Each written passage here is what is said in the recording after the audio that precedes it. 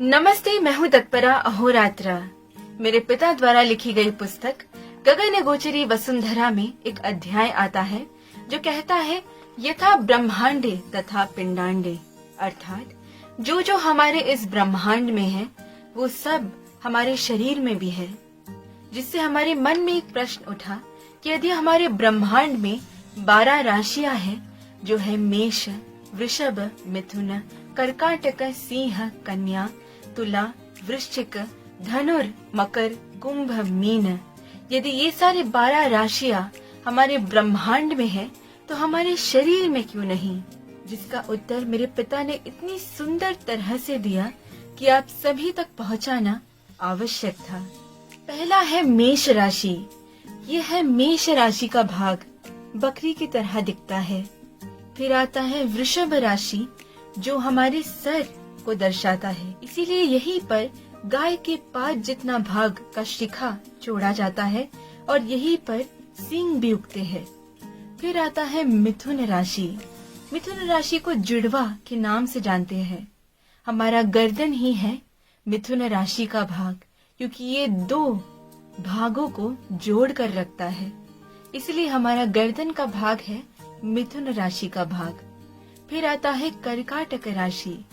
कर्काटक यानी केकड़ा, जो बाहर से सख्त है और अंदर से नरम। हमारा जो रिबकेज है वो है कर्काटक राशि का भाग, जो बाहर से सख्त रह के अंदर के सूक्ष्म और नरम चीजों की सुरक्षा करता है। कर्काटक राशि के बाद आता है सिंह राशि। अपने सिंह कटी का नाम जरूर सुना होगा। कटी यानी हमारा कमर। हमारा कमर ही है सिंह राशि का भाग। योगासन में सिंहासन सुना होगा आपने। सिंहासन में भी कटी प्रदेश यानी हमारे कमर पे ज्यादा खिंचाव महसूस होता है। सिंह राशि के बाद आता है कन्या राशि। कन्या को गर्भ दर्शाता है और हमारा गर्भस्थान ही है कन्या राशि का भाग। कन्या राशि के बाद आता है तुला राशि। तुला यानी संतुलन, बैलेंस।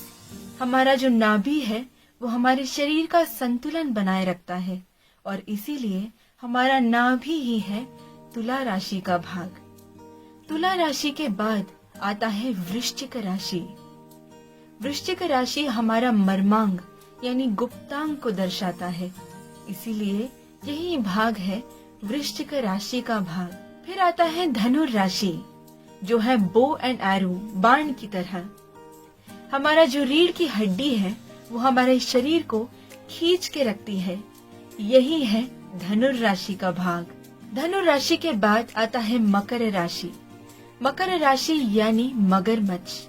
जब हम हमारे पैरों को फोल्ड करते हैं और हमारे घुटनों को एक दूसरे से मिलाते हैं तो ये ठीक एक मगरमच्छ की मुंह की तरह लगता है और यही भाग कहलाता है मकर राशि का भाग।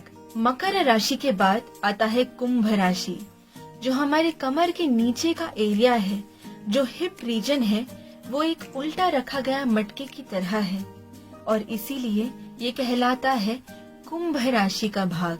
कुंभ राशि के बाद आता है मीन राशि। हमारी पिंडली से लेकर पैर तक का भाग यानी काफ से लेकर फीट तक का ये जो भाग है वो मत्स्याकार में है। मीना यानी मत्स्य, मछली। ये जो पैर है वो ठीक मछली की पूंछ की तरह है, जबकि जो काफ रीजन है, जो पिंडली का भाग है, वो मत्स्य के शरीर की तरह है और यही भाग कहलाता है मीन राशि का भाग। गगनगोचरी वसुंधरा इस पुस्तक को पाने के लिए आप तत्परा ahoraatra@gmail.com पर मेल कर सकते हो। बहुत बहुत धन्यवाद।